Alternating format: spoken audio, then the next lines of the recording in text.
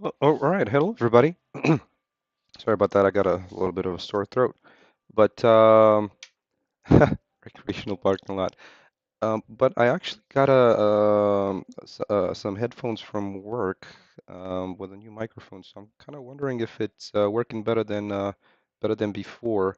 Namely, like if there's no background buzzing, uh, like there was in the previous streams. Helion, welcome, welcome. Yes, it's a new mic, to me at least.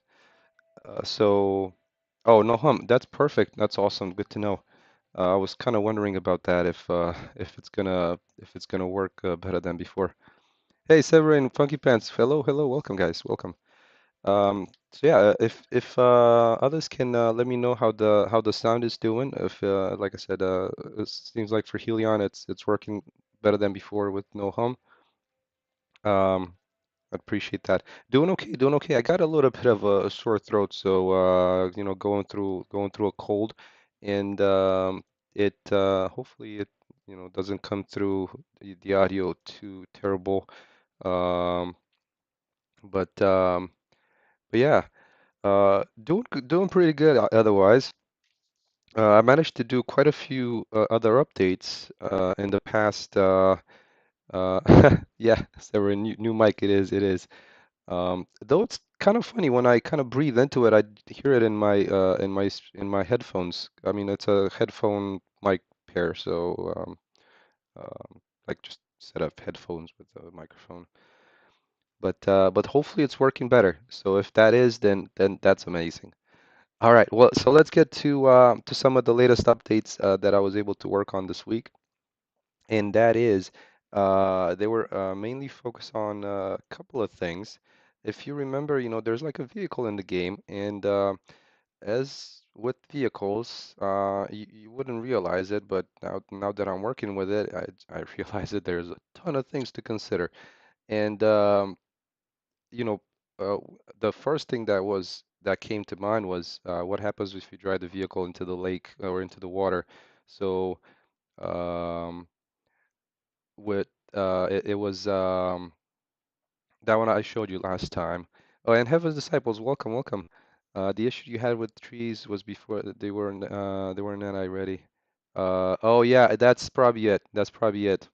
It could be.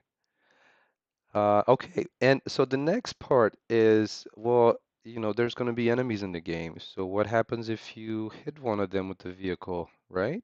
That's something to look at. So let's take a look. And so I'm gonna put a couple of enemy spawners.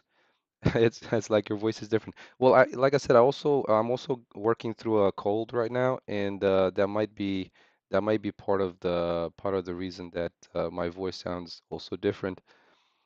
And okay, so let's add a couple of enemies. The other thing that I've added is a little bit of a smoother way to enter the car, and that works like this. And then if you drive the vehicle, oops, I need to get up to speed.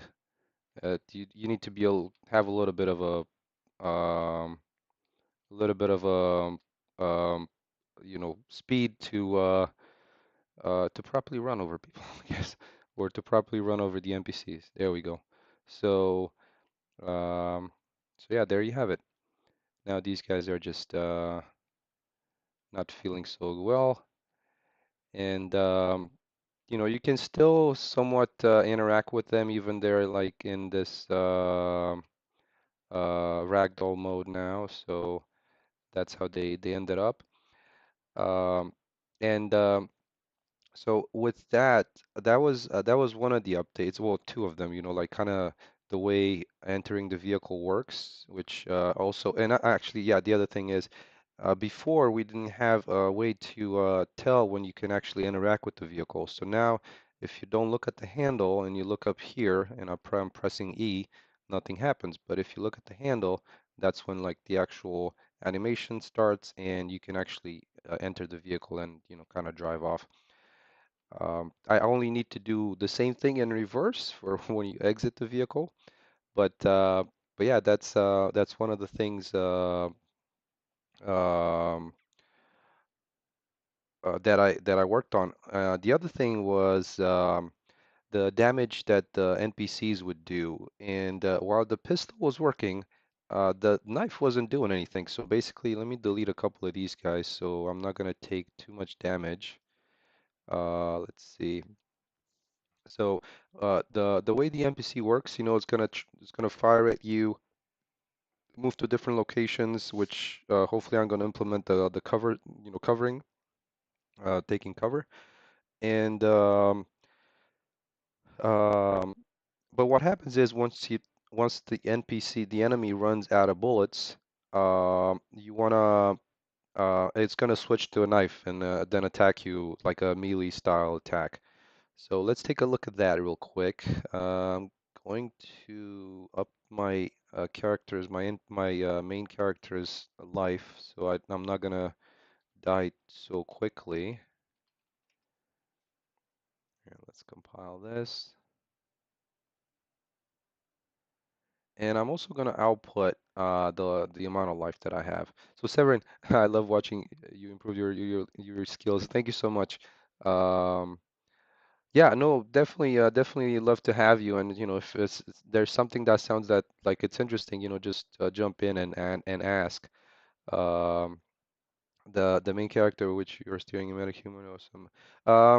Yeah, so the main character, the steering itself is done via IK, but the character itself is from ALS, and at least for the body, and so everything is ALS, which I started like tacking on a bunch of stuff. Um, yeah. So Helion, entering a cheat code to up your life. Yeah, I was thinking of that, but no. Right now it's just I might have shown you this before. I have a component here which is just for the player stats, and I have I've set up a bunch of stats here, and I just have like a current health and a starting health. So the starting health mainly used by the widgets that show the amount of life left. So that way you can tell how much I can actually calculate based off of that. I can calculate the bar that's in the that you have for your health. Okay. Yeah, so I was going to show the knife and how that works. But first, let me actually output the amount of life that I have left. And I'm just gonna do it. Oh, Funky Pants. I tried that. I really did. It did my best effort, but just couldn't get it to work. At least not to work, as the one that I currently have, which it is there. I'll probably do another take at it. It was also late at night when I was trying it, so maybe I was uh, I was misfiring on some cylinders, and that's why. Helion, you don't have a max health for when you're using health healing kits. Well, so that's pretty much what that is. The kind of the starting health is, I would say, max health. So yeah. So based on the starting health and the current health, I'm using that to create a percentage based off to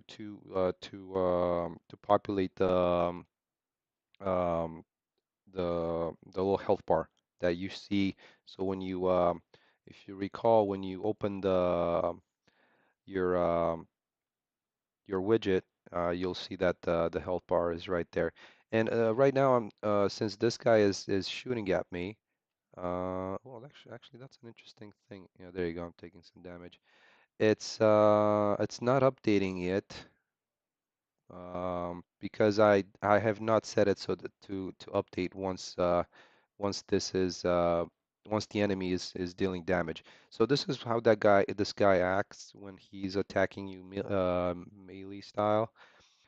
There's a couple of issues with one of the I got two montages playing on him, and one of them is kind of just a little bit awkward. So I'm gonna have to fix that. But yeah, so right now. Let me just put him out of his misery for a little bit. And So yeah, what I'm using for, if anybody is interested, at least for the weapon itself, let's take a quick look at the knife because it's kind of how my my projectile also behaves. And now that I'm looking at it, it didn't seem to deal any damage. So let's take a quick peek at this and why it's happening. All right, so this is what it's supposed to happen. Basically, just a basic setup. The knife itself has a capsule collision, and when it overlaps, I'm checking to see first if it's not self, because that was the first thing that I ran into. Uh, once it was done firing all the bullets it had, it pulled out the knife and then it just died because yeah, you know. So um, I think. Since the player is not dead, I think it should have been like this to decrement the the health stats. I'm not sure why I put it on the true. Maybe so I don't take any damage. All right, so let's take another look at this. And yeah, the decrement health stat is just part of the stats interface, and this is where I actually should update my the little bar that you see on your little device. So let's take a look. Um, So he's not going to be able to kill me with the bullets because I still have quite a bunch of life left, as you can see. 180, 140, 100. Well, he's getting close. All right, so he's going to go to the knife. And okay, so there you go. So it hits the decrement health stat. And let's see. Whoop. Okay. Well, that was unfortunate. And also the other change is once you die, it's just like fades to black. And yeah. Oh, so Funky Pants, there is no displacement on the landscape, not anymore. With UE5, I think there's like a different way to do displacement. Um, and unfortunately, I didn't really look into it just yet. I know I'm not sure if it's like a convoluted nanite type of approach to it, from what I can tell. That was a little bit of a disappointment because it didn't seem it seemed like it's going to be more complicated than before, which I um, so at this point I was just like, okay, you know what? Never mind. Um, I'm gonna do that. Hopefully if I get to it. But even with the normal from the landscape textures, it still looks decent. So I'm okay with that. All right, so I wanted to highlight this again and jump into game mode and hopefully not die before he runs out of bullets. Let's see, 261, 221. Because he can hit me. It did happen. He was able to hit me in the head and I died. Um, Maybe that's something that enemies should not be able to do, but all right, so let's go into this one and see where it takes me right there. Yeah, so it does not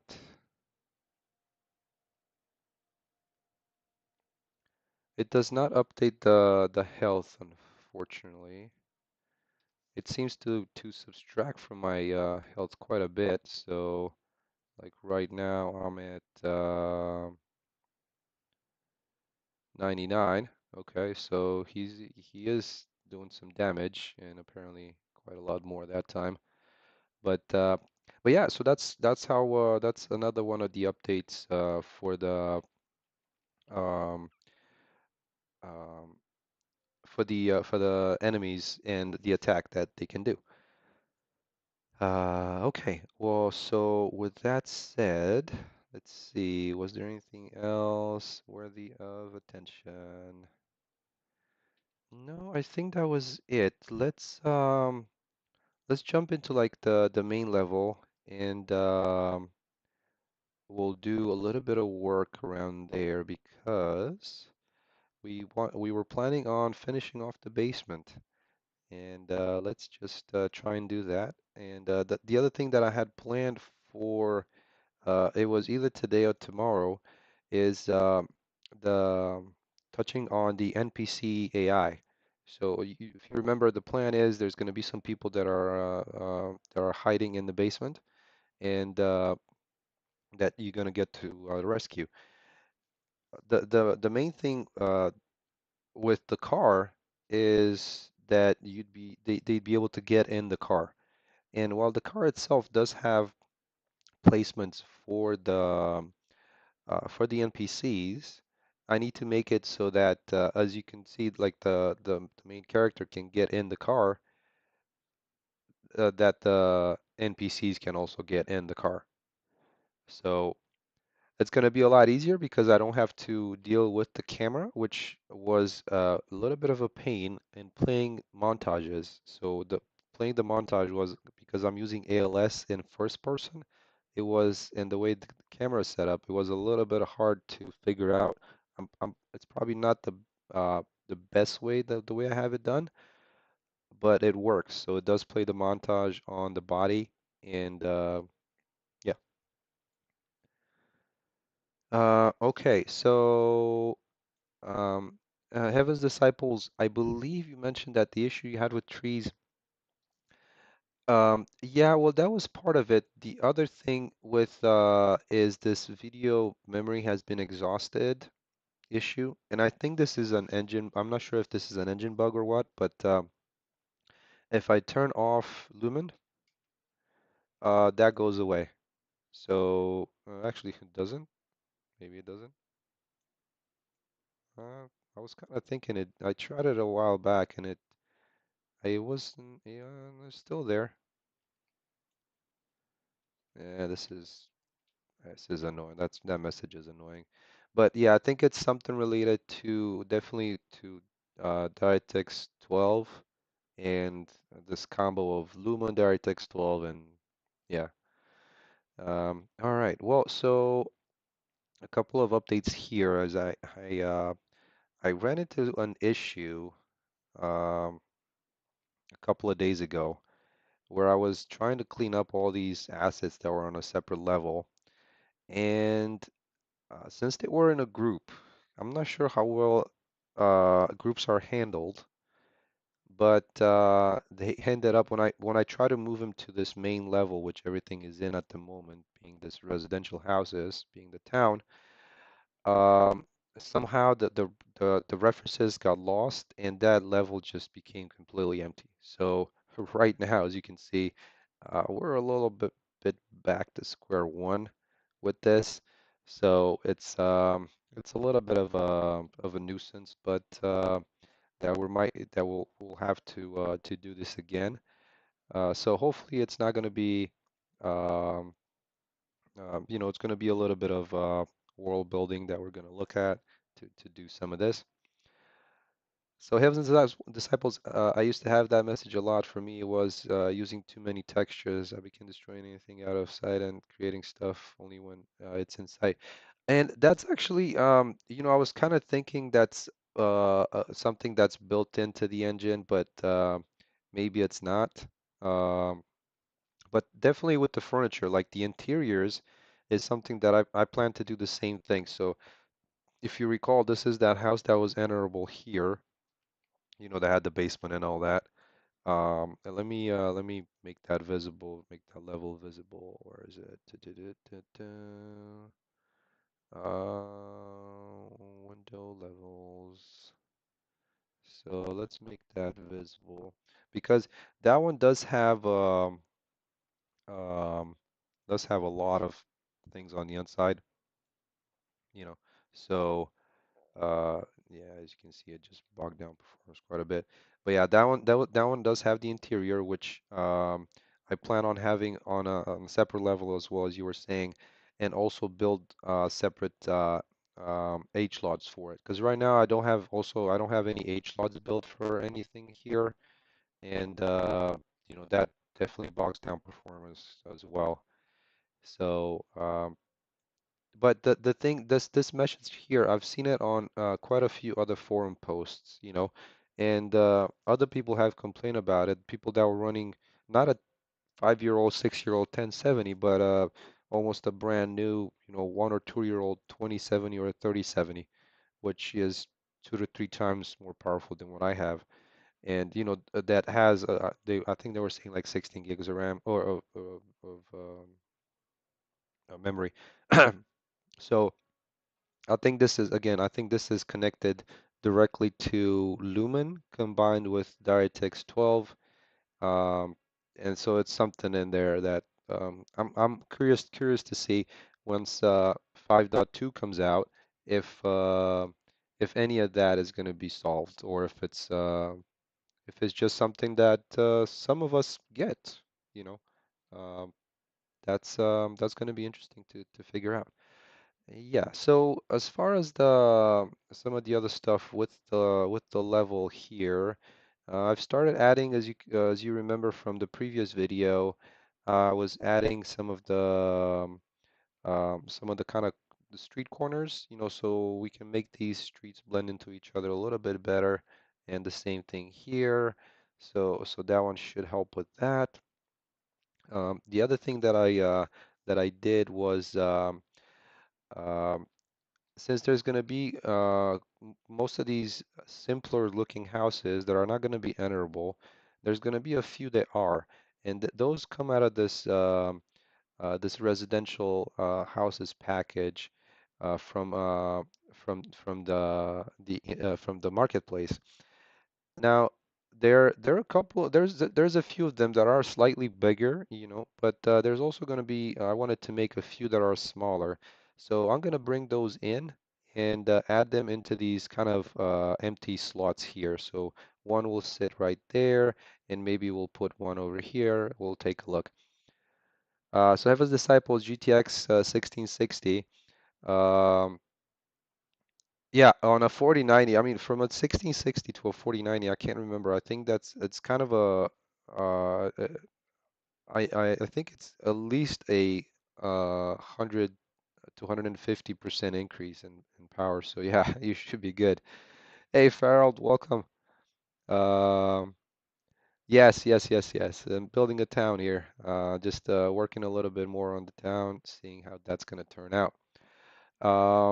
Okay, so what else? I think that was pretty much it. It was just I've also made a change to the road mesh, so that way, so now it's there. It also has like a little bit of a gravel side to it. So I basically just duplicated this mesh in Blender and stretched this one out, made it a little bit bigger, and set it to a different material. So now it's kind of like this gravel looking thing on the edges, and it I think it helps a little bit with the transition to this surface as well. And that's a little bit of a kind of a visual thing that I worked on. Okay, let's see what else. Yeah, I think that's it.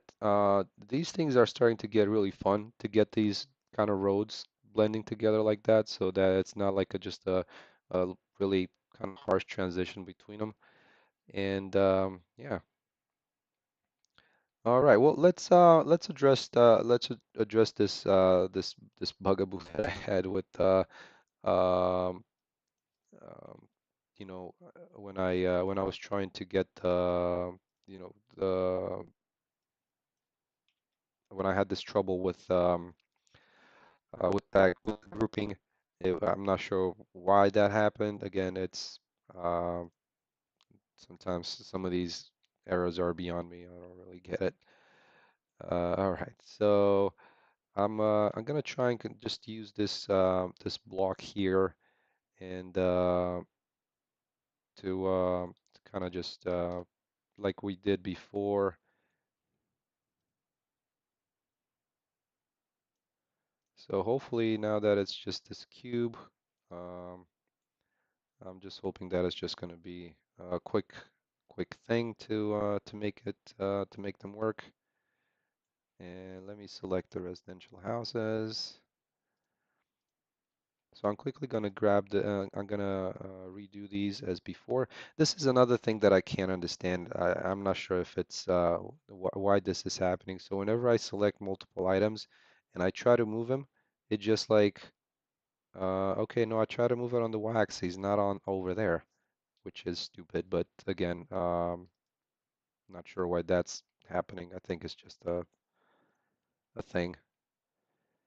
Yeah. So, uh, like, so they do have different axes because they're rotated, but let's actually, I'm gonna try something else. So let's do it on here, and there you go. So that worked. The world didn't, but this one, and it's also kind of hard to tell which one's selected right now. Why didn't they have it like this? Like right now it's local, right now it's world. Yeah. Anyways, just a little bit of a of a rant from usability standpoint. Okay. Let's add another one here, and I'm kind of digging the additional glass piece there, so could be useful. All right, let's just add that there.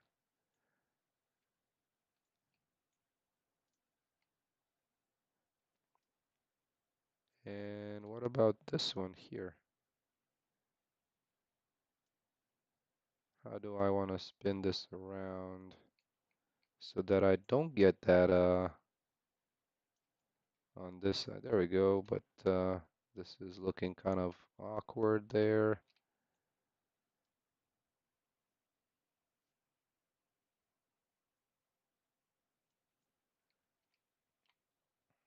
Well, the nice thing about it is that I can just put another cube there, and just block it off with those supports. So let me find those braces that I had from back last time, because those were taking up quite a bit of space, and it was covering some of these things quite nicely. So kind of like that.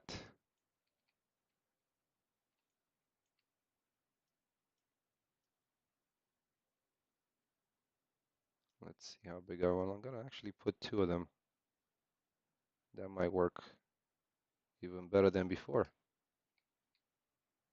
Yeah, I think it does. I kind of like that actually. Okay, so with that in place, let's add another one there, 90. There we go.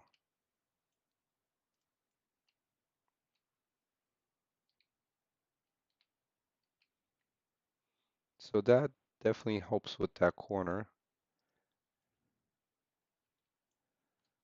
And for this one, I'm actually just gonna, because I know I have this is just a plain old cube. So I can just use just a regular cube mesh for these ones that are just gonna be a corner.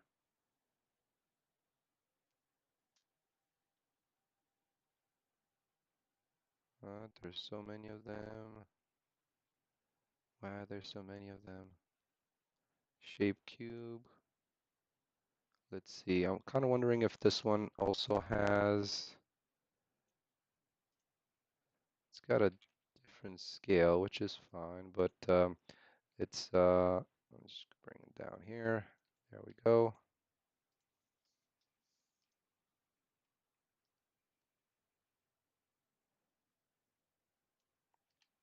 All right, that works. So it's looking good on each side. Nice.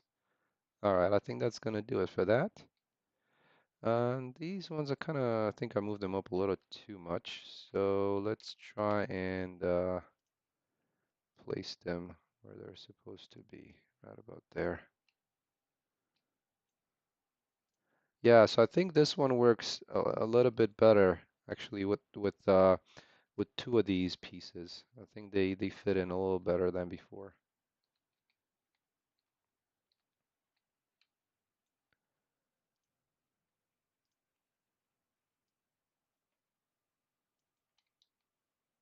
All right, so it's still on the grid. That fits in pretty good. There we go. That's nice. Okay, so that works.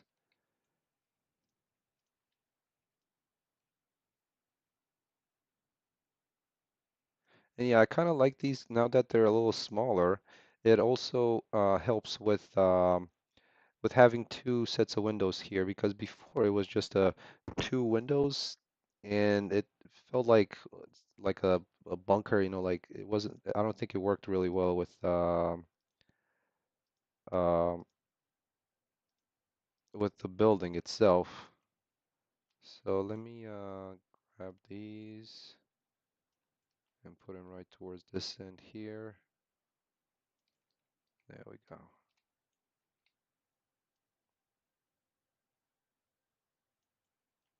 Perfect.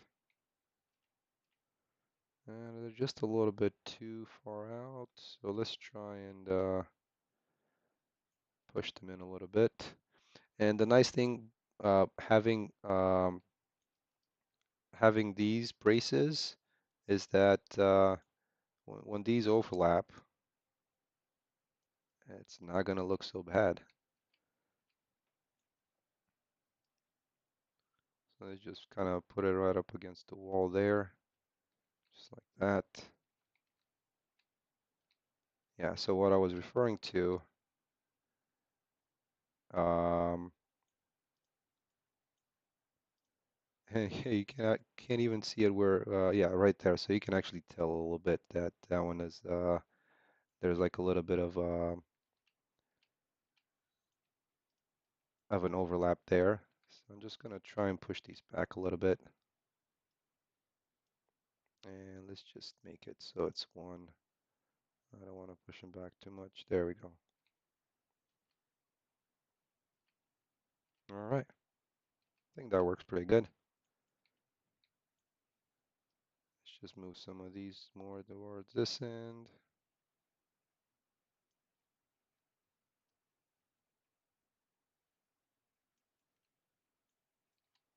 And we'll replace a couple of them with that.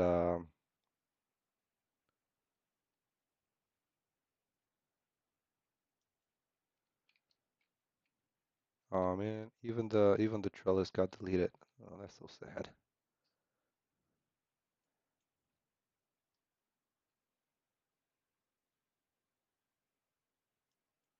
All right, so that ended up to the edge of that, which is good.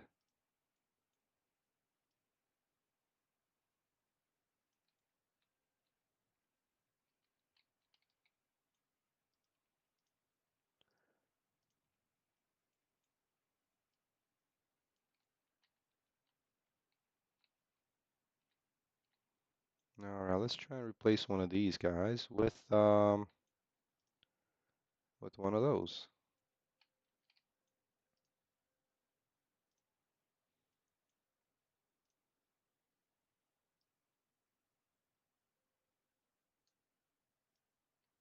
There we go, and I think we can do this one as well.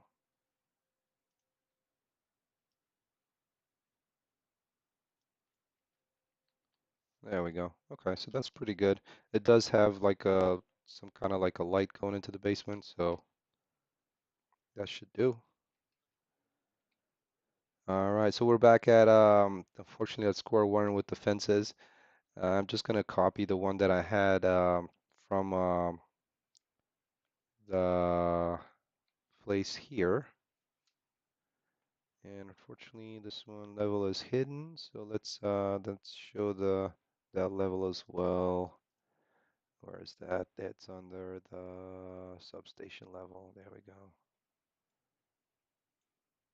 All right, so this one again with this eye scatter tool.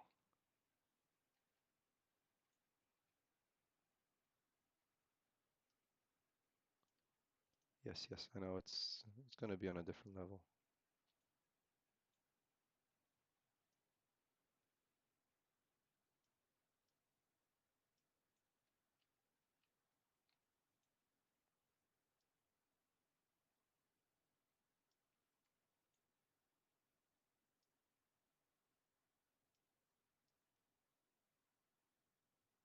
All right, I think we had it placed right around here. And I'm gonna need to find that that kind of wooden fence. And I believe it's also part of this residential houses package. That one has so many things in it.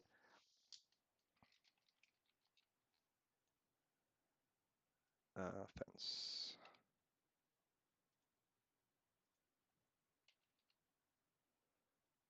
Okay, there we go. So in here, I'm gonna need to replace um, static mesh with this. All right, so let's fix some of these things here. First of all, the rotation. That's going to be 90 and 90. Okay, so that fits in. Then we need the scale itself. I think we were looking at zero point 0.5 or zero point 0.6. And the spacing. Whoop, no, not -4. Zero point 0.6. I think we tried it. All right, so now the spacing. I think we were around 540 or 520, something like that. Let's see, what was the spacing that we ended up having here?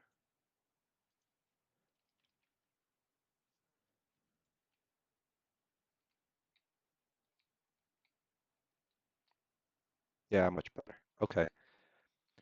So this is what I like about this tool, that it's so easy to add fencing around here.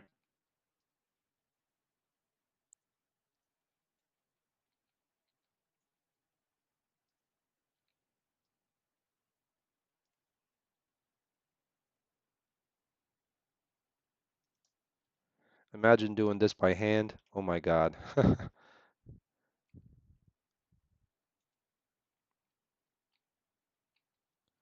This is immensely helpful.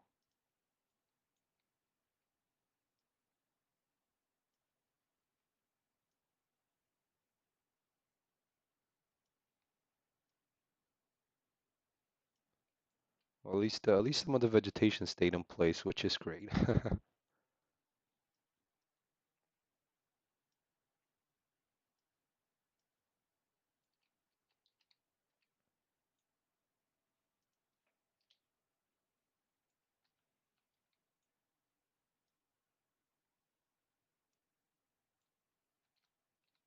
And there we go. That wasn't too painful.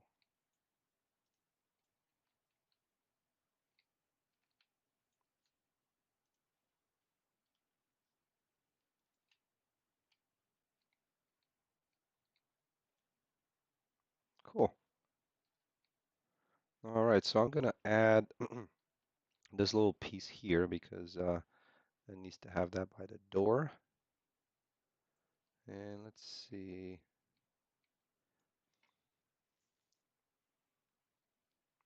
So Severin, this thing is it's from the marketplace. It's called IA Scatter. So this tool itself, literally this. So if you search this on the marketplace, that's what it's called. And I was showing it on quite a few previous streams because it is extremely useful for at least procedural placement. So for example, stuff like this, placing that around. Um, I actually used it to place something like right around the edge of the building, like so. Let me show you. Let's see, close blind loop.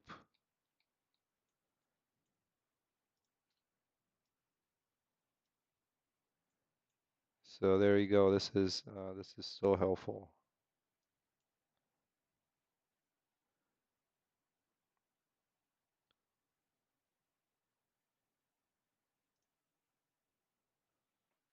Oh yeah, yeah, you're welcome. Hopefully, I actually managed in all honesty, I got it on a heavy, on a big sale. I think it was 70% off, so it was like $2 or something. Or $2 or $3. I think now I think it by the full price is $10, which now that I know what this does, I can recommend it. I mean I can recommend it, And so yeah, this is the same thing that I use for like placing the decals along the road. Like all these decals are placed with this tool. Um, you know, um, the fencing is immense help with the fencing. All these things around here. One of the bigger things also is these kind of these road marks that that I'm also going to use over here since we're looking at it. Um, so so stuff like this, it's yeah, see like right there.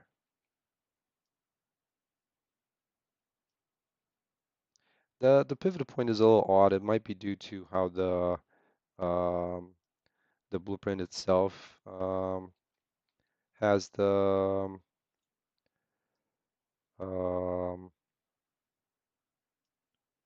yeah. So see, this is what I meant.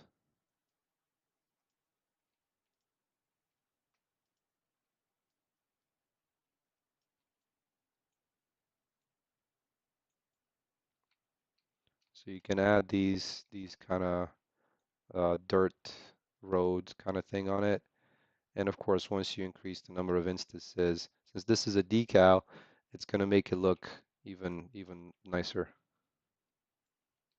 And you don't have to place them by hand to actually make it look like it's a curve or something like that. Oh yeah, yeah, my pleasure, my pleasure.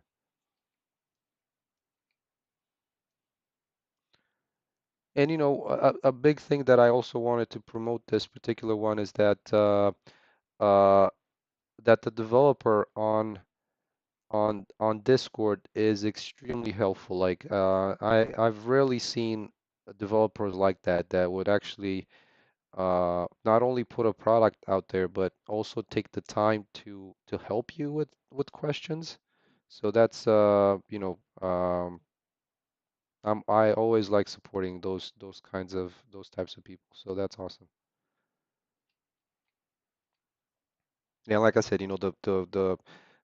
there's so many things that you can you can do the placement, these decals, you can do this kind of stuff. Yeah, exactly. Oh, thank you. I appreciate that. Appreciate that. Thank you for the kind words. Um, yeah. Okay.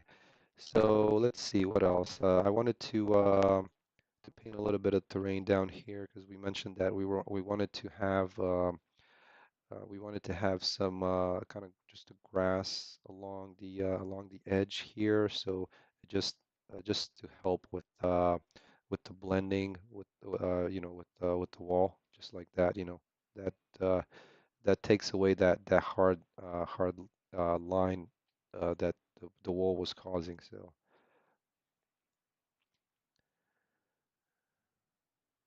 there we go. All right, let's add a couple more kind of trash pieces along here, maybe a few graffiti decals, and uh, and at least that way we can call this place good, and also add the cars in. That should be pretty quick. All right, well, let's find. First, I wanted to kind of close in on this door here because it kind of got left untouched. So. Let's see, door frames, and I'm hoping this might fit the bill.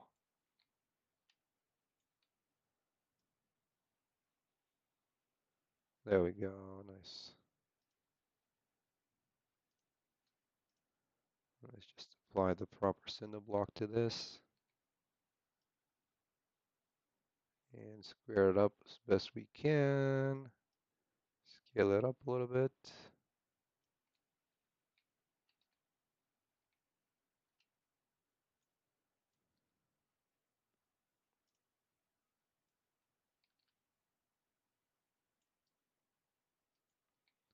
This is one of the kind of the difficulties sometimes that there's like uh, a multiple really good meshes in different packages, but they all follow a different scaling for doors. Um, but you know, I'm just complaining now. So let me try and see how I can make this door, I need to make it a little wider so that it fits this particular door.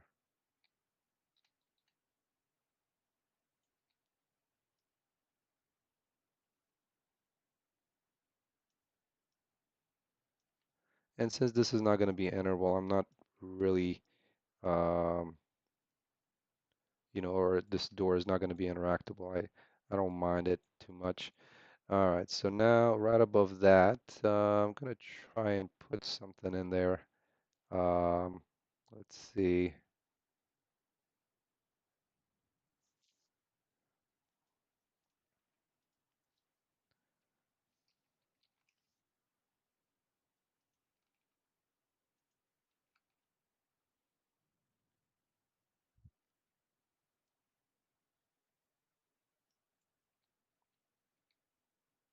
Something like that should fit the bill just perfectly.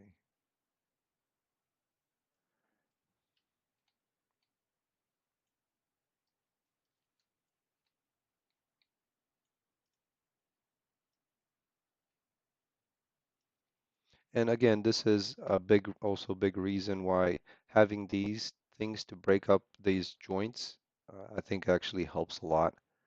Um, Now that I'm looking at this particular piece, I'm actually kind of liking it, to be honest with you, to break up um, the connection between the cinder blocks and the top section there.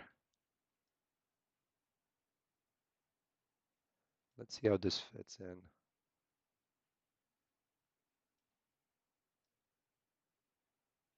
Just trying to match it where the cinder blocks end. Now that I look at it a little bit better, right to there.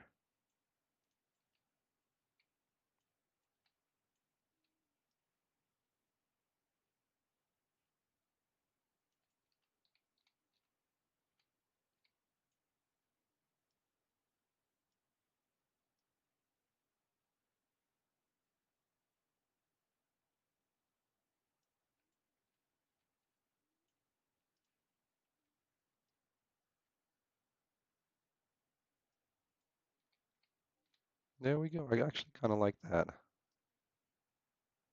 Having that piece of poured concrete on that section. Yeah, I think that works. Let's fix this corner real quick so that this one come a little bit flush to that right there.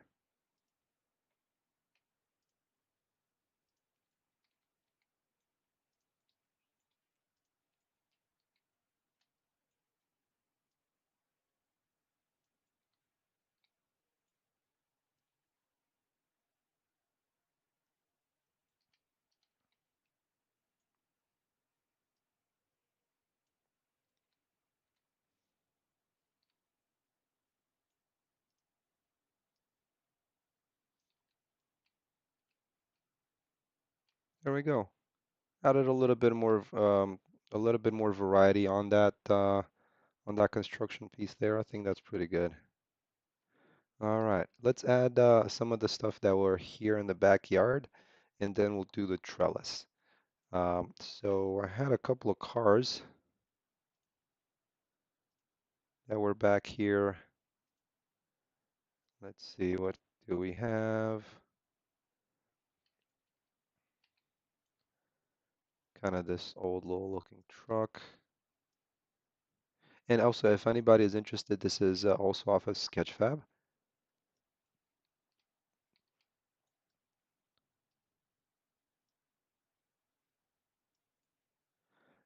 I did unfortunately have to clean it up quite a bit, but in the end, it turned out pretty good.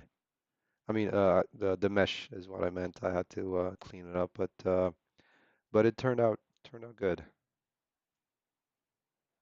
So let's put in. We had a bit of a kind of a couple of junkers in here as well, and the little trailer, the little camper. So let's add this in.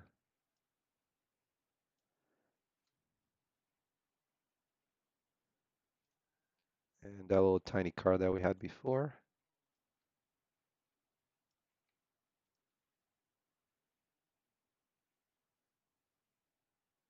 just like that.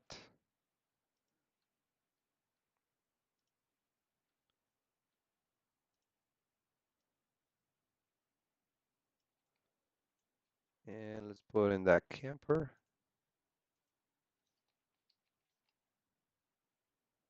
At least I thought that's what it was called. Maybe it's not called a camper. It's like a trailer, not a trailer, but let's see. What was the name of how was this named?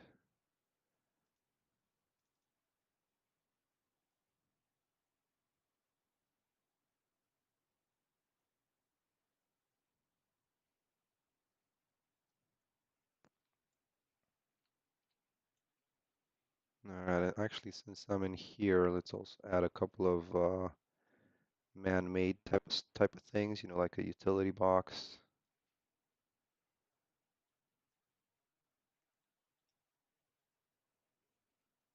And where is that? I also had like a shopping cart over here.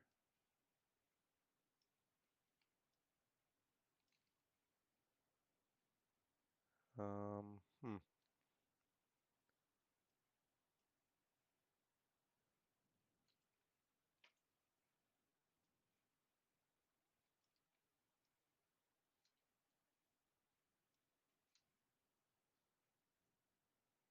Now, on like the second round of doing this, it's kind of like, okay, you know what? There could have been some other things because I do come back and like, oh, what else could fit in this backyard? So we had the camper.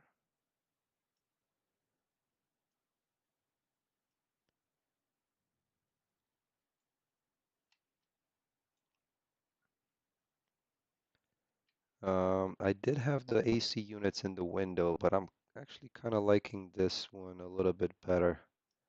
This particular kind of AC unit. I'm gonna use the window one as well, but this one also removes a little bit of the kind of the flatness of the surface of the building.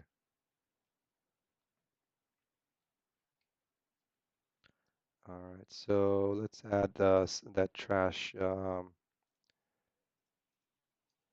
dumpster.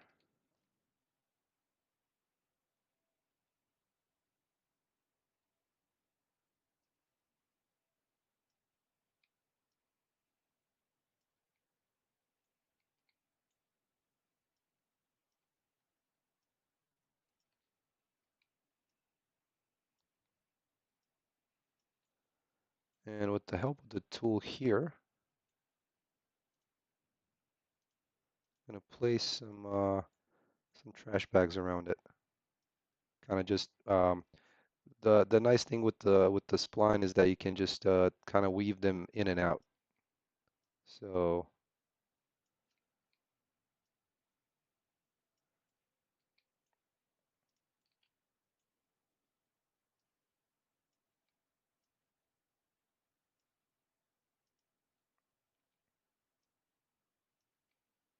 you know, in this fashion is what I meant.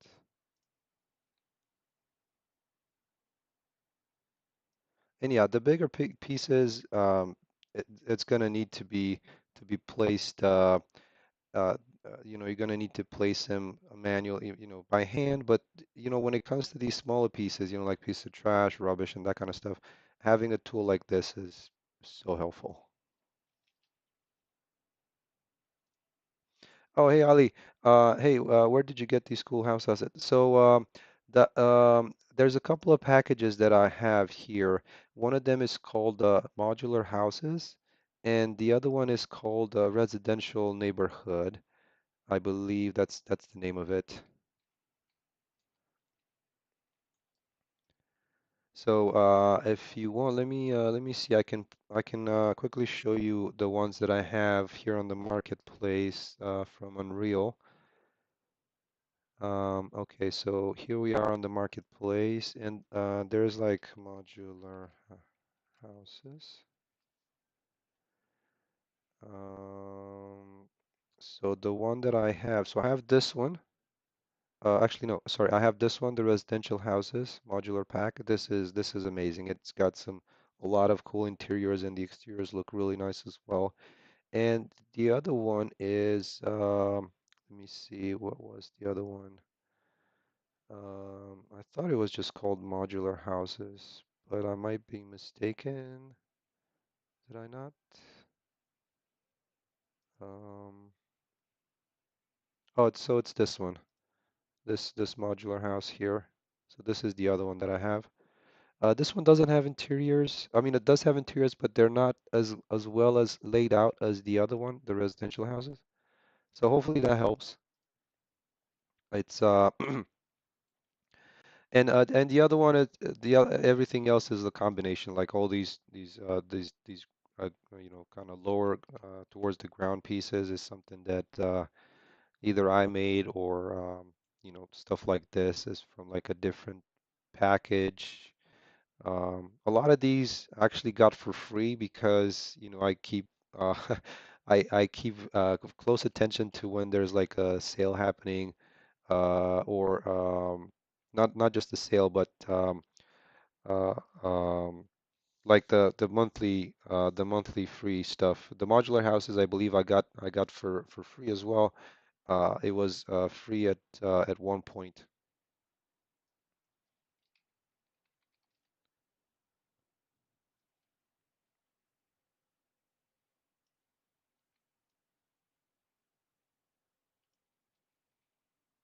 Oh, thank you. I appreciate that. Thank you so much for stopping by.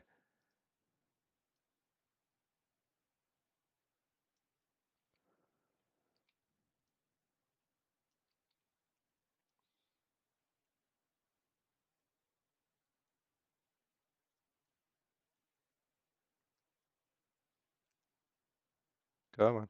There we go. Sometimes it's so hard to like scale things properly. I don't know why. But let's blend this in here, right behind that, and let's create another one.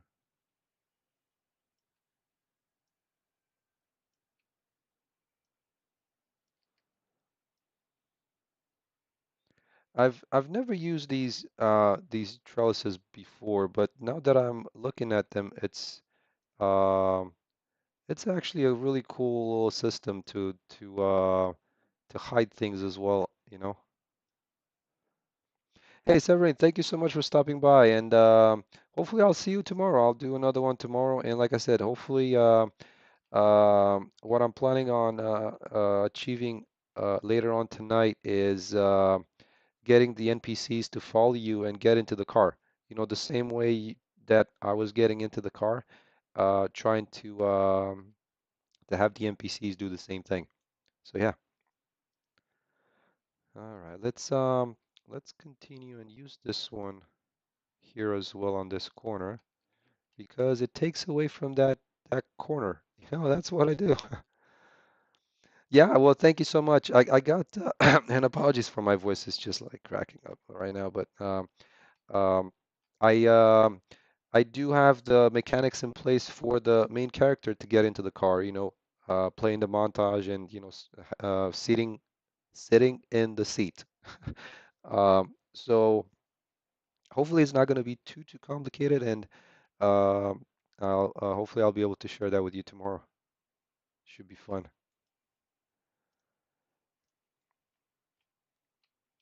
All right, so I'm going to use a little bit more of this trellis across here with these fences that are not, quite touching the ground because it's a little bit of a heavier slope down here.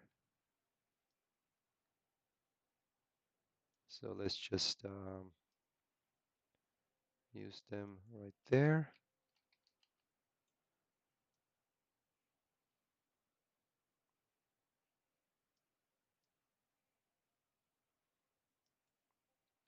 like so.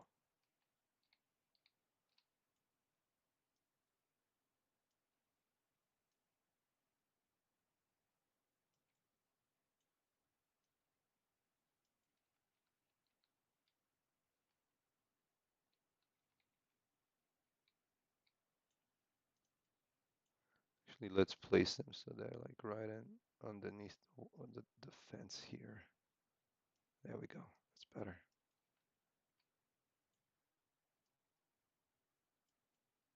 Nice. Okay. So that turned out pretty good for that over there. Nice. Okay. Um, yeah, so I got excuse me. I got the back of the back side of the house for this house, looking I think even better than before. So that's good. Let's um let's do let's do the next door neighbor, this guy here. And I'm gonna do the same thing, the kind of the basement blocks to place with them. And let's see how that's gonna turn out. So just using the same two cubes and set it to 90. Let's make sure that I'm on the grid. Yes, I would have wished I was on a smaller grid factor, but that should be fine.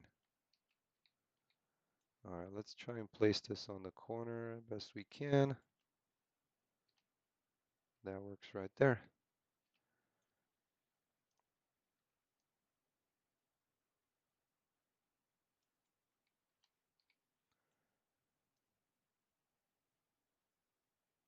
And the reason that I wanted to have these cubes have the pivot right in the middle is because I can rotate them either this way or this way to get maybe the other window.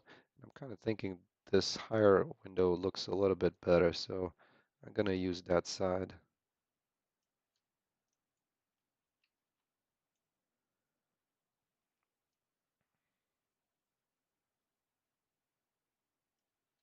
There we go. So we have a window on this corner.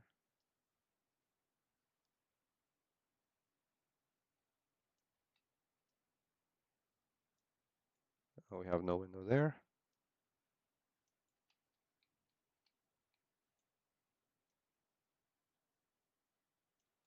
There we go.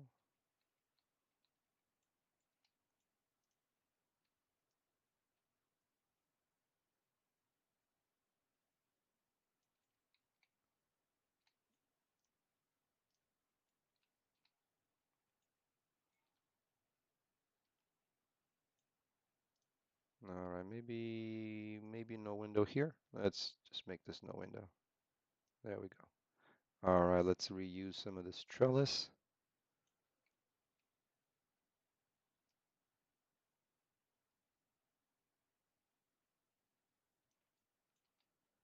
right here on this corner.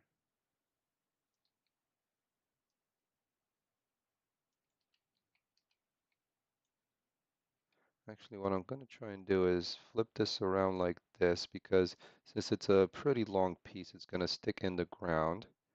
And I want to scale it right from this little corner here because I want to scale it to the point where it's reaching here. And that's quite okay right there. Just push it a little bit further in like so. Now there's a little bit of an overhang here, and since I already have this very useful concrete beam,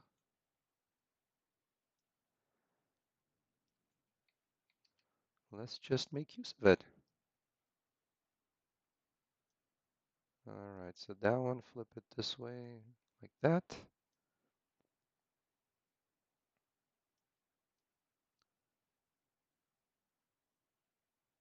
And there we go. Fits in pretty good with the foundation type of thing. And this one, I'm actually going to move it out a little bit just to there. I always hate when I'm seeing this in various games where, not to be picky, but um, you know, how is this? I mean, I would see this being having like a, like an edge, like this one, because that's how real world works. So I'm just gonna move it there and then scale it up the other way. And let's actually turn off the.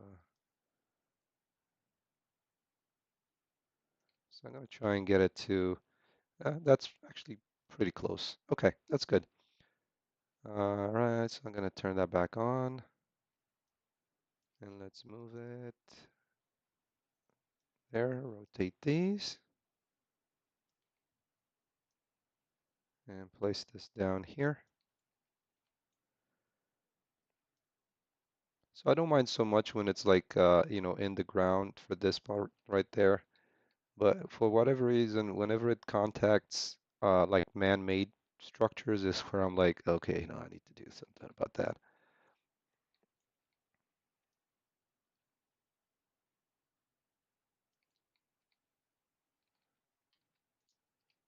All right, and this one I can probably scale it a little bit.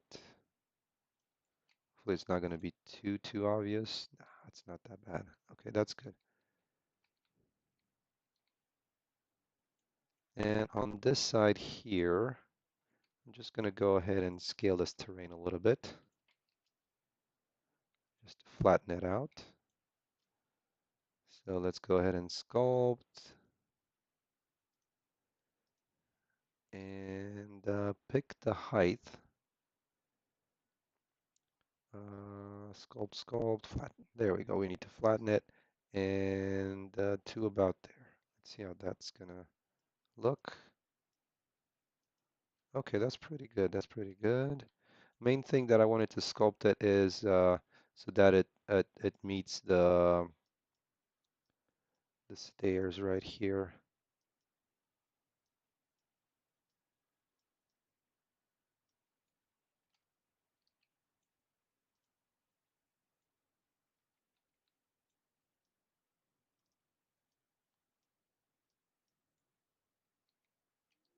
Just like that. I think it can go a little bit higher. There we go. That's better.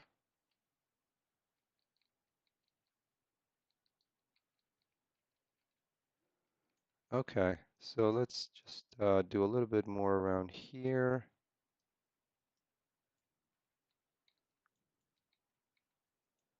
Just to kind of blend it in the back. There we go. All right. And let's flatten this out here. I'm just going to try and see. Smooth is not, there's not a lot of stuff to smooth there. So I'm going to continue on with the flatten. There. Okay, that's good. And let's paint a little bit of grass. And that's going to, since there's a landscape, there's the landscape grass applied to this. It's just going to add the grass alongside this edge. So there it goes. Yeah, I think that helps with that transition really well between this kind of this hard surface of the the concrete for the foundation and the ground. So just like that, kind of just the grass growing alongside the edge of the house.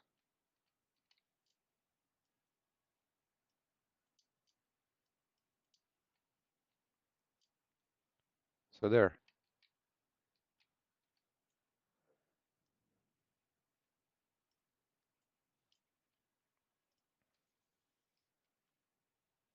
Let's still place these. I mean, I don't mind these bushes. They look pretty decent.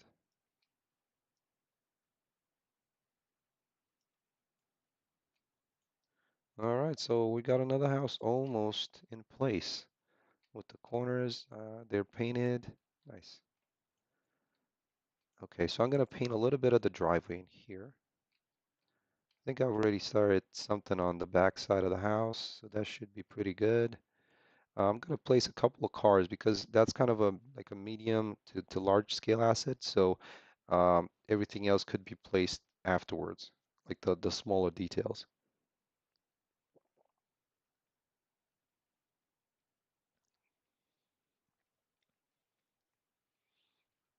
All right, and before I do that, let's actually separate these two. And I'm gonna use the trussful little fence that I have here to move it right along the side of that.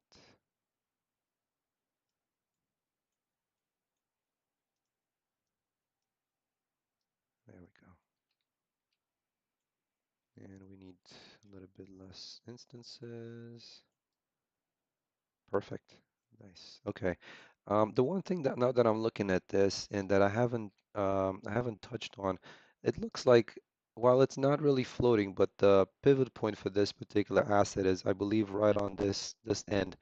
And of course, it's going to be floating a little bit, but with this tool, you can actually also adjust the location. So let's actually do this like a -50 to just sink it into the ground a little bit, and I'm going to do -70. So some of them might be, I guess that was a little bit too much. I went a little too far with that.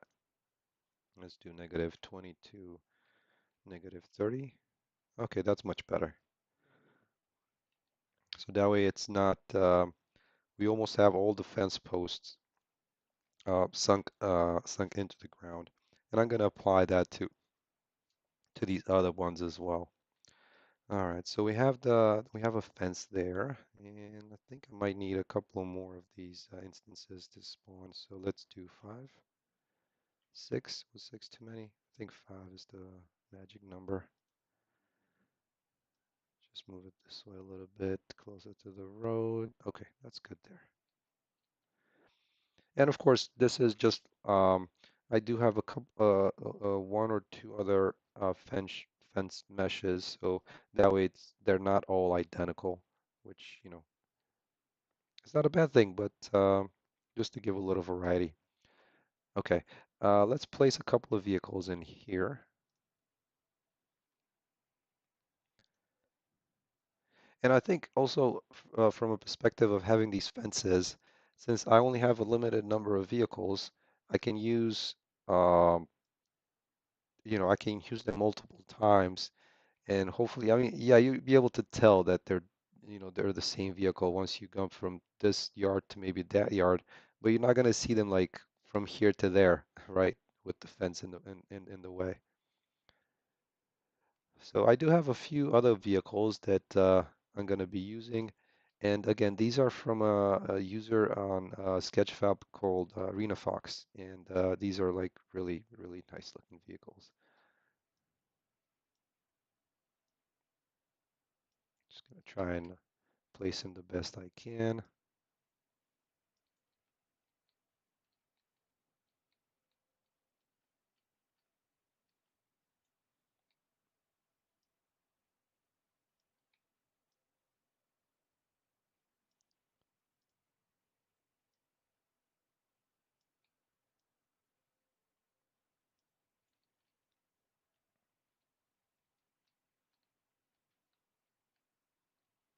And of course, the one thing that is always going to help is having these little tire tracks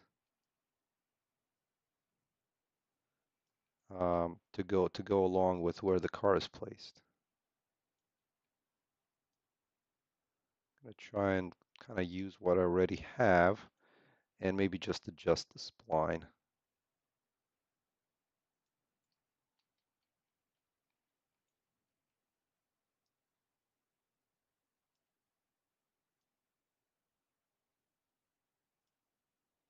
I'll just make the scale a little bit smaller, 0.6, 0.8, 7 might be good. All right, so let's do maybe 20 instances.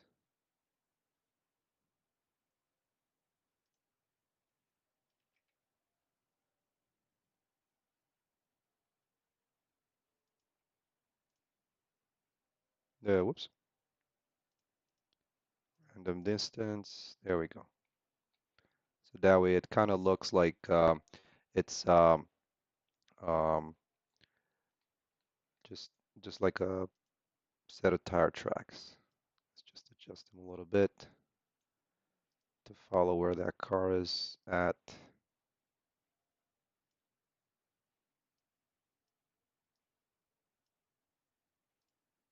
All right, let's set this so that it doesn't receive decals. There we go, kind of like that. That's what I was looking for.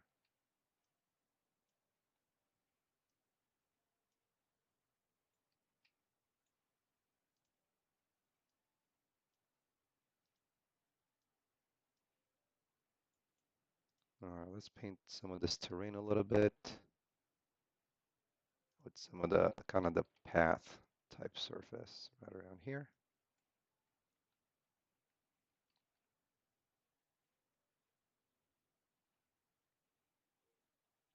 All right, and I can do some grass along the edge of the road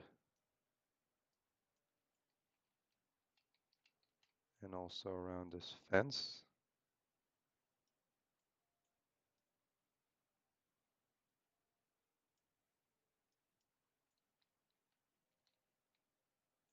just like that.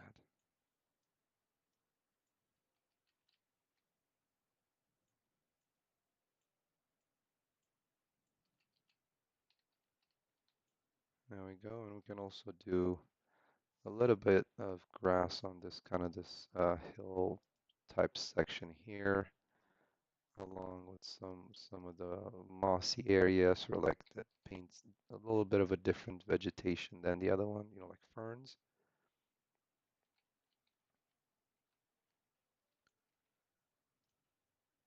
So just like that, I'm not entirely sure. I think I might have looked at this material a while back, and I'm not sure why I adjusted some of the color variables in my shader,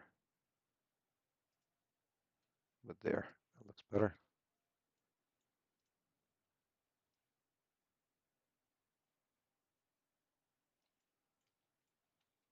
All right. And since I had this little thing here, just gonna use it some more to put like some additional. I mean, these are probably too many because it's just more of a single family home, so just gonna use a little bit less.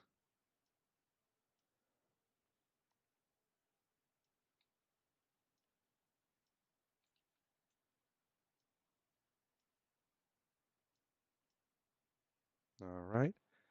And one thing that I've made a little bit of a while back is a trash can.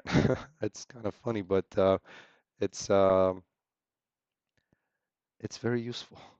So that is, let's see, that is just Blender. Where is that? At least I recall that I named it trash can, and it's a blueprint class trash bin. Okay. So the way I had this set up is kind of with a couple of variables. So it can be open, it can have two bags or one bag, and just to give a little bit more variety of things, you know, something like that. And I could potentially also change the kind of the color of it, like apply a different material, like just a random kind of thing. But for now, I think it works. All right, so let's paint this entrance as well to this house and park another car back there.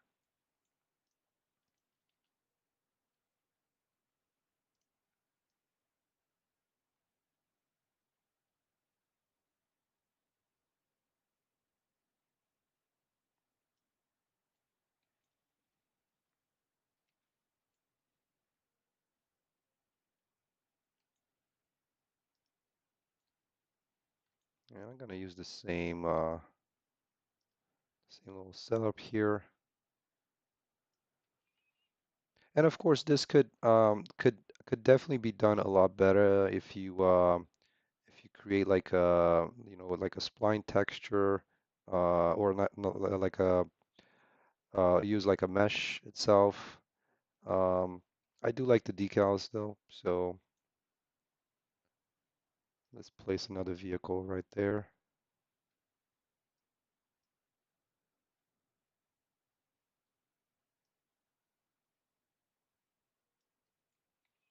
And this particular car has like I think it's a little bit smaller in size than normal.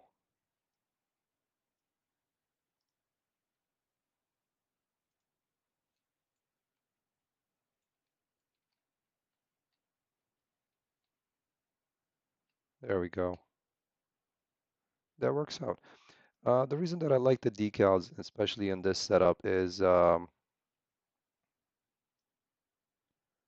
I can use multiple of these, and now I can just like turn this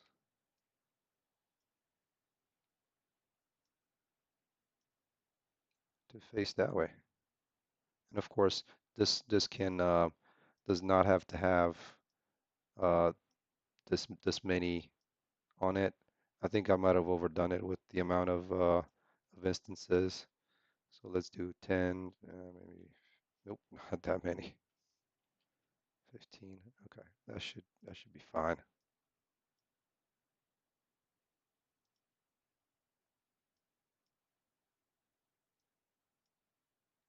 So, something like that just to break things up and kind of signify there's like a driveway in there. Along with this, like I said, you can always add some more decals to help with it. For example, like I have this one particular decal here, which actually that'd be interesting to try and use this kind of a concrete surface. That's actually kind of good. I like that. Let's just kind of scale it so it's not like the size of the road, but more of like a driveway type type type pavement.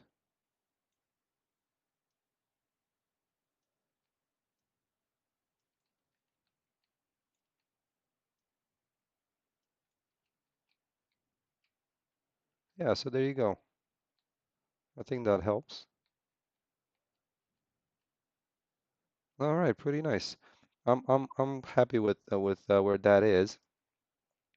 Let's actually also finish. I was thinking of finishing off because I've used these types of fences, but I also didn't close in the this area.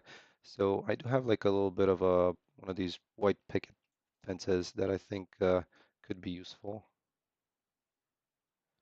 So let me find that wherever that lives and then use that. All right, one second. Where is it? So fence.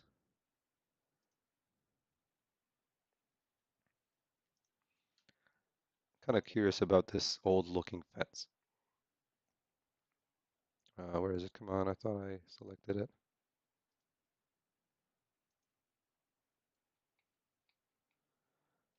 I mean, it's kind of rustic, I guess. Let's see how this looks. Make the like that, and the spacing a little bit smaller. That's a little too small.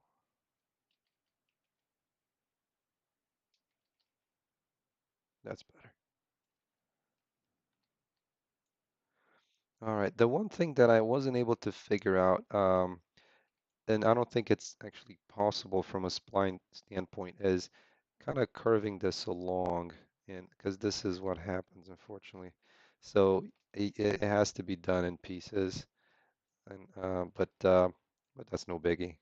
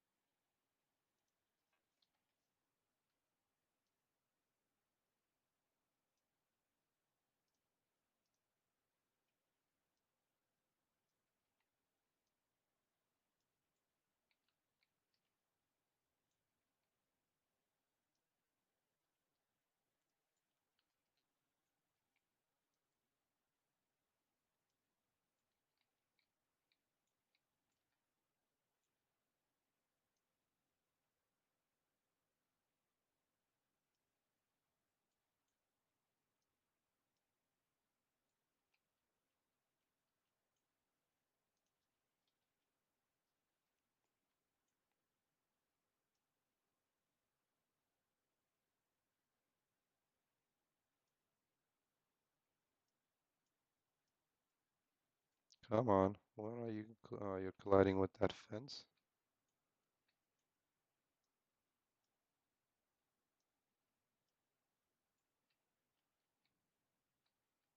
There we go. That's pretty decent. I'm okay with that.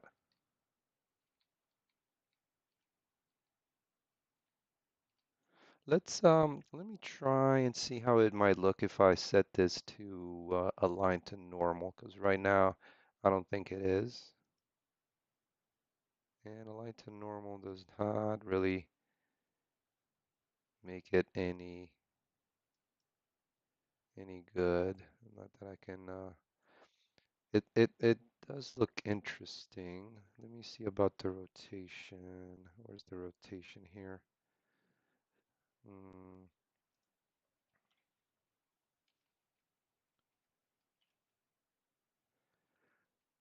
so kind of okay.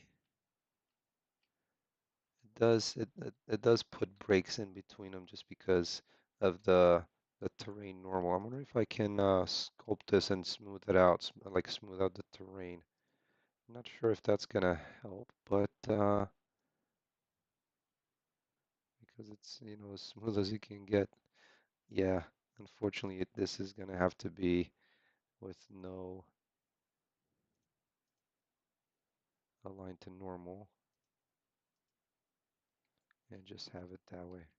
That works pretty good. I think that should be fine. Hey, lista de videos. Welcome, welcome, 3 die. Bienvenue, bienvenue. Oh, I changed the mic. Yes, I did get a headset, and I'm also a little cold. I have a cold, so you know, my voice is not in tip-top shape. But yeah, um, so lista de videos. Welcome, welcome, Creative Atelier. Uh, welcome as well. How are you? Okay, so let's do this particular one. This seems a little big on that corner. I'm gonna try and make it a little tiny bit smaller, zero point 0.5 maybe. And let's reduce the gap in between.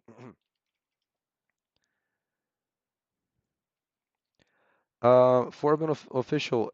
So as somebody that comes from CryEngine, um, I I don't want to steer you in any directions. I'm just telling you my experience.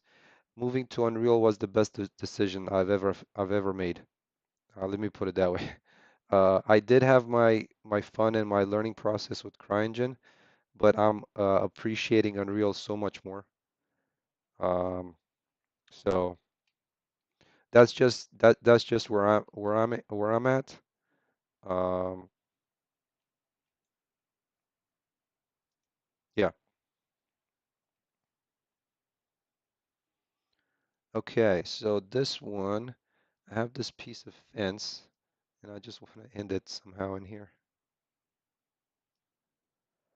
Well, so I think the way to go is with Unreal Engine 5, just because you know when it comes to marketplace assets, everything is going to be on 5. I don't think with the I keep, you know, I check daily, not daily, but at least once or twice you know, every other day I check the marketplace, and I am not seeing anything being released for 4.27, at least the ones that I've noticed.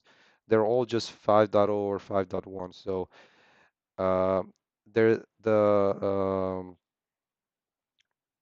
you know, the developers don't really do any kind of backwards compatibility when it comes, especially when it comes to plugins and everything like that. So yeah.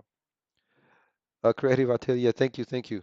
I'm doing well as well. I'm doing well as well. I'm just fighting off this cold. Hopefully it's gonna uh, let me be here in a little bit of time. But yeah, it's I did not want to, you know, not have a stream today, which is always fun to have people on the stream and talk to different folks from different places.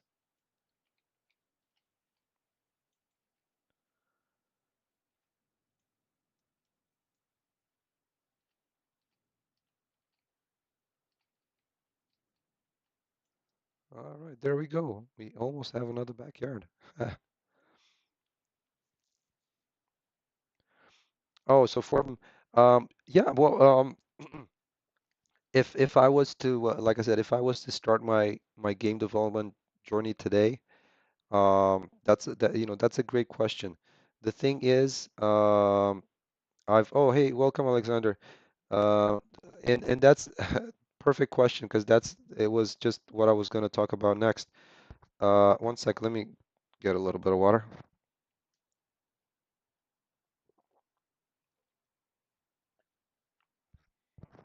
So I was getting frustrated with CryEngine. They uh, they kept on pushing back the release. I think at that time, this was in 20. I think I moved out from CryEngine in 2017 or 2018. I think 2018, and that was right around the time when they were like about to release 5.6 or 5.5, one of these other versions. And that release kept getting pushed back and pushed back and pushed back. And at one point, I think it got pushed back so far as at least a year. And I realized that I'm not sure when that thing is happening. And they were like with Crytek, it was all those kinds of issues with people not being paid and like all that kind of stuff. That was I was kind of starting to get afraid that the company is going to go bankrupt. And they were really damn close, I think. But and I thought, you know what? Since they're not releasing 5.5 or 5.6, let me try Unreal. So I'm gonna say I'm gonna give Unreal a month and see what I can do with it. And in a month, I was able to learn and do more than I did in like 5 years with CryEngine, like literally. And that's also learning some of the marketplace assets. And of course, that's another big point. The uh, CryEngine marketplace is almost non-existent. Like I'm really sorry to say that, but that's what's happening. There's um, if you want to build something with stuff off of the CryEngine marketplace, I think you're gonna end up buying stuff from Unreal and then transferring over. Um, So yeah, the no vision, or not necessarily no vision, but the no future kind of perspective that I got from CryEngine was like, okay, you know what, let's try Unreal. And I haven't gone back and probably never will because yeah, I mean CryEngine was built as an in-house engine, and they try to make it so that it's Um, they try to attract indie developers and that kind of stuff, but I don't think that's gonna work. I mean, they're just too late, unfortunately. Unless they have something big, ginormous kind of thing. Um, I think it's just too late. Um,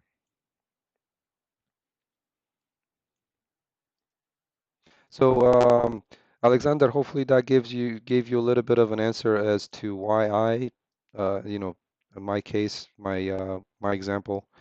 Why I left CryEngine. I still try to follow along with what they do, but yeah, there is literally nothing that I'm seeing that is. Uh, I mean, I'm like I said, I'm not going back to CryEngine, but at least I try to keep up and see. Well, let's see what they might come up with if it's something interesting, at least from a development standpoint. But yeah, they're just too far behind Unreal or Unity at this point. And yeah, just the very small community, it's very tough to get help. Like with Unreal, I was able to just Google for something. Like when I was first starting, I was searching for things, and I had a kind of a really vague idea of what I'm trying, what the particular thing that I was trying to do, and I was able to find like 4 or 5 different answers, and that's on a vague search. So with CryEngine, if you have a targeted search, and you won't find things, so it's unfortunate, but this is what it is. So yeah. Saites, welcome, welcome. Good evening. First time here. What game are you making? So the game it's actually just the name of the stream, which is called On Your Own. And right now I was just working on some of the environment where this game is going to take place. And this is just a town. And by the way, sorry for asking you guys again. Hopefully, like I said, hopefully the mic is working out okay. It's I just got a new headset. So CITES, this is a little bit of the world where things are going to take place. Um, so the game is about your character is starts the game via a plane crash sequence. Yes, it's been overused, but it's it's what works when you drop somebody in. And the way I have it set up is you can jump out of the airplane in three different locations. So based on the location that you're gonna fall into, the starting of the game, you're gonna get slightly different missions. Forbem official, the game is gonna be called On Your Own, just like the name of the stream, On Your Own. Because I'm working on my own, so that's how okay, the name is gonna be On Your Own. So yeah, so when you start the game, I can share real quick a couple of the mechanics. Um, let's just jump into game mode here.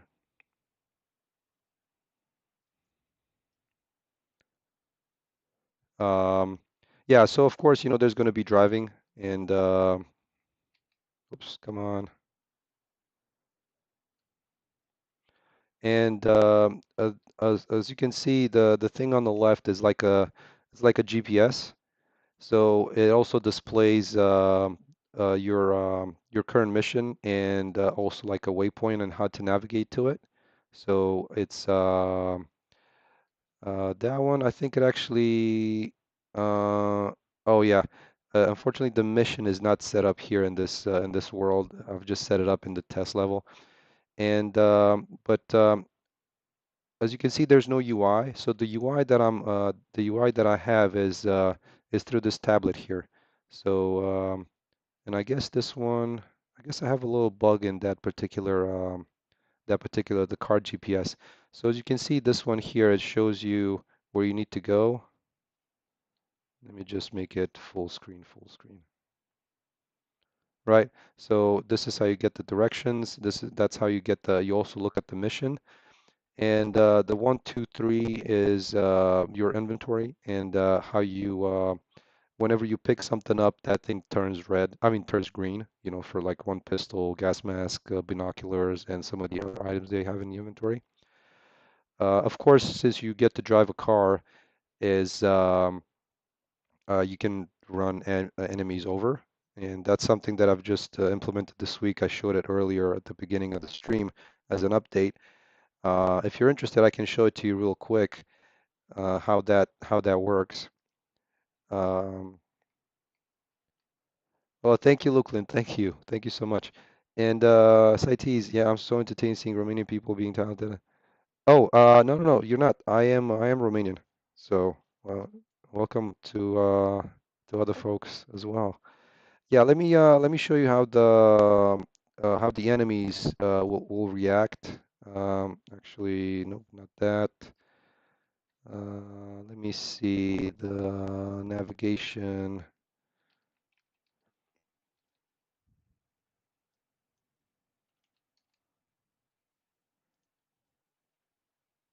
Let me jump into my test level here, and I'll show you a little bit more of the functionality as well because this one still has some things that are missing.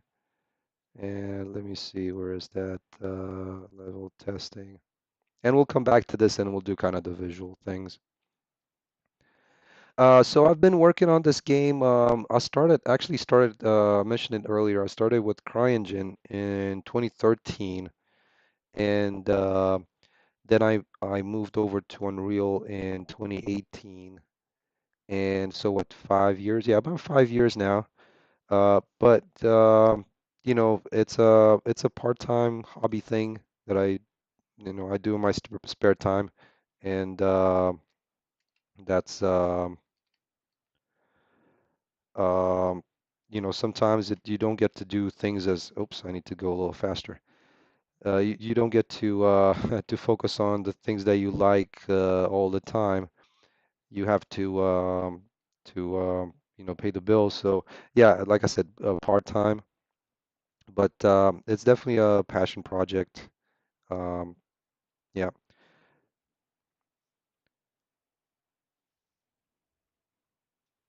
Well, thank you so much. I mean, that'd be great if people will first of all, I uh I would get joy if people would like what they play. If 10 people play it and they love it, that's great. If more people play it and I can make a living off of it, even better. I'm not my hopes are that, but I wouldn't be disappointed either way. As long as people like it, that's my goal. So I do intend to publish a pre-alpha soon, and it's what I'm hoping in few months. I would say maybe I hope a couple of months. There's like a couple of mechanics that I still need to get in finished up to get at least the start of the game and the first few missions.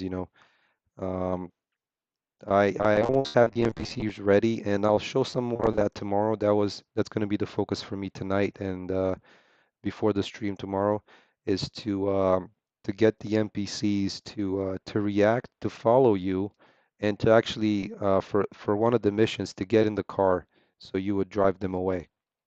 And of course, because there's going to be some baddies in the game, and these people would be hiding from them in one of those houses that I've been working on, and you'd be kind of saving them from there and taking them away. Also, let me show you a little bit of kind of the mechanics behind. Let's see. Let's do the bow because the bow is like always fun. I've always enjoyed the bow mechanics to have that. And so this is how the bow works or how it looks. And then when you fire it, right now I've changed the way the weapons do damage. And actually, here, let me take care of this guy because he's gonna kill me here real quick. So um, I've yeah. So basically, when the bow shoots, and it touches the target, it's a kind of a one-hit kill because that's pretty much most games have it that way. Um, and you can see I have very limited UI with this, and like I said, the biggest thing is that um, when it comes to getting missions and checking out various items in the inventory, this is how you would look at them. You know, you would just use this little tablet. And for the damage, as you can see, the outside edge of the screen is just glowing red, so it tells you that you've taken some damage and you need to get some to replenish, and use um, some consumables, either food or kind of water bottles and that kind of stuff that would replenish health. Let's see, what else? Um, yeah, so the dialogues, hopefully I'm going to be showing a little bit more tomorrow once I have a couple of things refined with the NPCs as far as how the facial animations work on the NPCs and when you interact with them. And the main thing is, like I said, to get them to follow you and actually kind of load up in the vehicle. So, get a get in the vehicle along with you.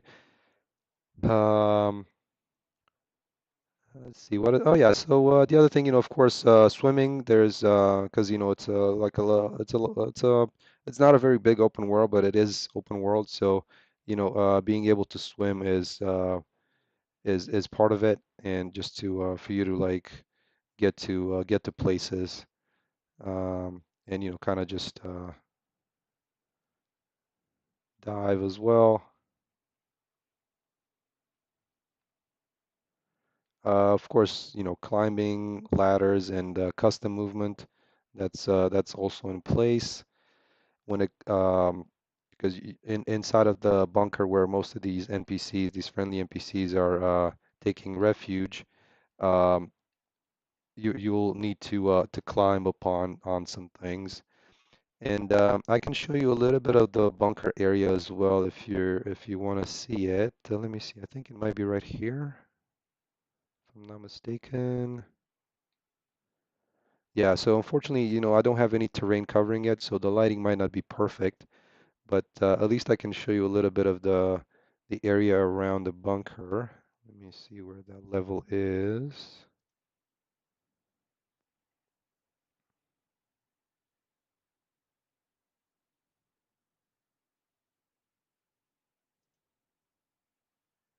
All right, so I'm just gonna uh, show these real quick. What else? Let's try this one as well. All right, so a little bit of let me change the time of day to be kind of daylight so I don't get this sun shining through the shining through the bunker. All right, so this is some of the bunker area. Some missions are going to be focused around this area here where the NPCs are taking refuge, and this is one of the entrances. Um, you'll be able to operate this elevator, but of course there's going to be the stairs around here.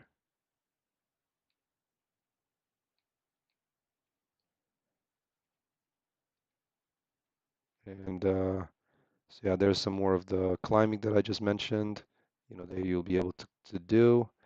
And also some custom movement around here where you'll be able to like kind of just climb on the ledges and climb the way all the way up there and through this ventilation shaft fan, and then over here up onto up onto the terrain. So this would be another entrance where you'd be able to come into the bunker. So I plan to publish it on Steam and maybe the Epic Game Store if I get approved as well. It would be nice to have it in there as well. Um, so yeah, let's see what else is in here. Da, da, da, da. Maybe I can show you one of the NPCs at least to see how the NPC looks like. If there's one around here, I thought there was. Maybe I deleted it. This is kind of like a supply closet in here. What happened to that? Oh, maybe I have deleted it. Okay. Well, so hopefully tomorrow I'll have some more to show with the NPCs. And another entrance to this is through here. Another entrance to the bunker is through here, which comes out on this end. And ooh, bugaboo! What's going on with the with my material? I guess I need to take a look and see what's going on there. Why do my, oh, there it goes. I'm not sure why it took forever to apply the material. And also for these guys, I'm not sure what that is about. So are the stairs a plugin or is it a built-in Unreal Engine thing? It's pretty cool. No, it's actually it's been kind of painstakingly, by hand. Um, I've placed them by hand. So yeah, it's not. I believe there is a plugin on the marketplace that would do kind of some stairs setup for you, if I recall correctly. Um,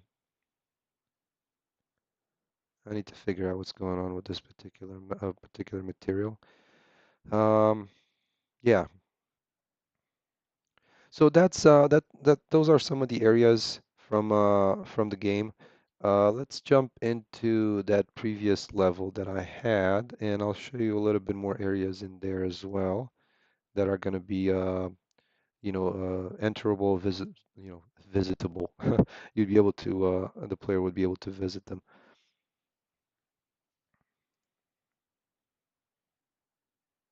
So let's take a look.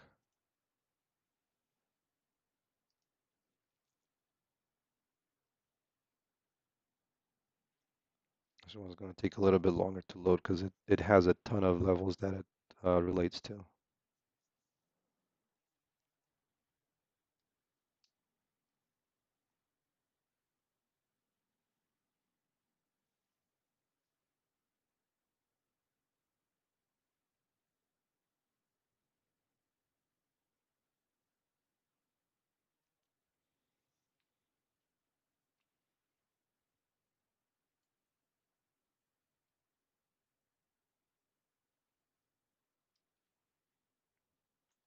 All right, so let me change this back to, because I kind of like the sunset better.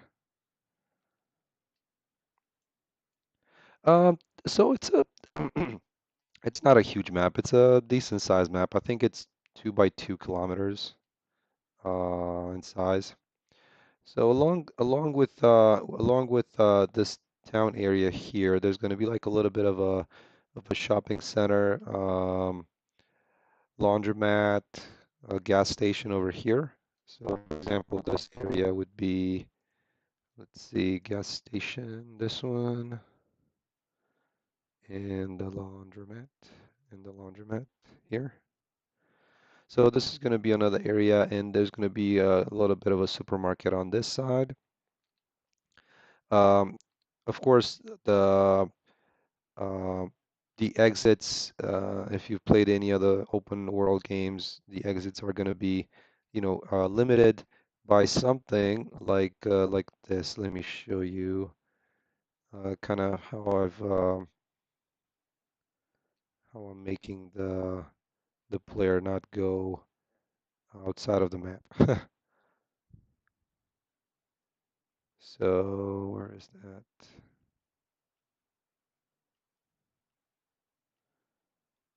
Yeah, so basically something like this, it'd be like a tunnel that would be either like blocked off or something like that. Um, yeah, so let's see, and this one also could help signify that there's like the edge of the map, kind of just some water bodies going alongside the edge, so that way you don't go off the edge. And down here is also a little bit of an important area in this water treatment facility, which is going to be, let's see, this one here. So that's another area in the map. And the uh, what I was going to say, there's going to be the last one that I haven't this level I haven't yet added in here is going to be an entrance to like a cave exploitation, um, which is I'm assuming eventually. I'm still debating on the placement for it, but it's probably going to be close-ish to this area here. So probably somewhere in this quadrant here. As you can see, it's kind of split up. Let me hide the vegetation here. So it's kind of split up like this, um, where you have um, the the water treatment facility, the town, this little shopping area here. Um, this is going to be where I'm thinking the mine exploitation is going to be. This area here is going to be where a mansion is that kind of has a little bit of has a lot more of a focus on the story itself. So yeah, as you play the story is how you're going to find out what actually had happened on the island, and it's probably going to be revealed pretty soon. I mean, pretty early on. Um, Yeah, so then this is the town where there's going to be quite a few little side missions and main missions as well. I'm still debating on. I don't think I'm gonna classify, not classify, but there's not gonna be like a side mission per se. You're just gonna be like a linear type of thing. They're just gonna complete the missions at your own pace. So yeah, that's really it in a nutshell, small nutshell. Like I said, the map is not very big. Actually, that's going to be something interesting to test. To do like drive from one corner of the map, take the car and drive it to the other corner. Like what I'm thinking, maybe from let me hide the vegetation again, but kind of start from this end here, which would be one end, and then maybe drive it all the way to this end here. This is where like a little bit of a small fishing village is going to be. But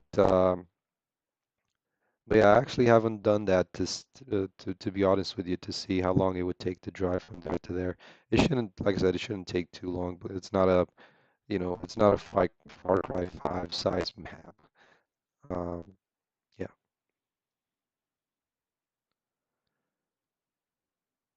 So yeah, that's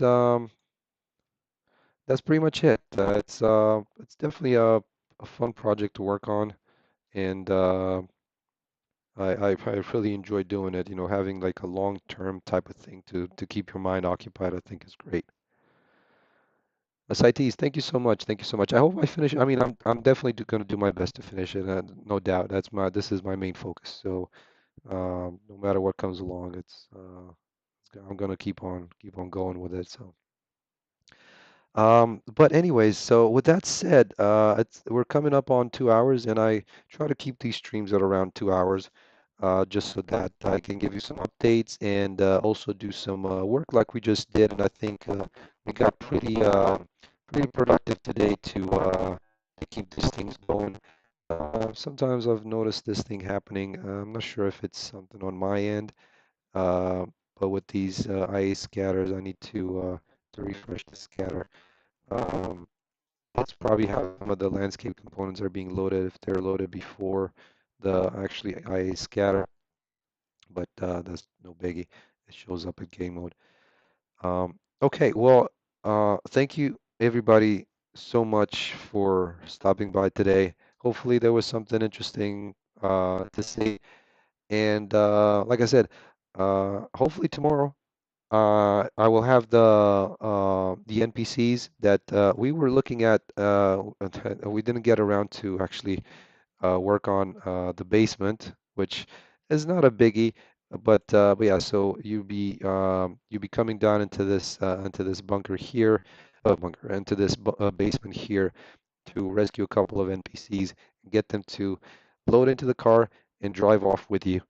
And hopefully by tomorrow, I'll have the mechanic in place for the NPCs um, to follow you for starters, and then to get into the vehicle. So with that said, fingers crossed, I'll have that ready by tomorrow. Should be interesting, and we'll finish off the basement. Just add some stuff around here and have some more fun. All right. Well, thank you everybody so much for stopping by. I can already feel my voice is crackling even worse. So I'll see you tomorrow. Have a great evening and take care. All right, bye.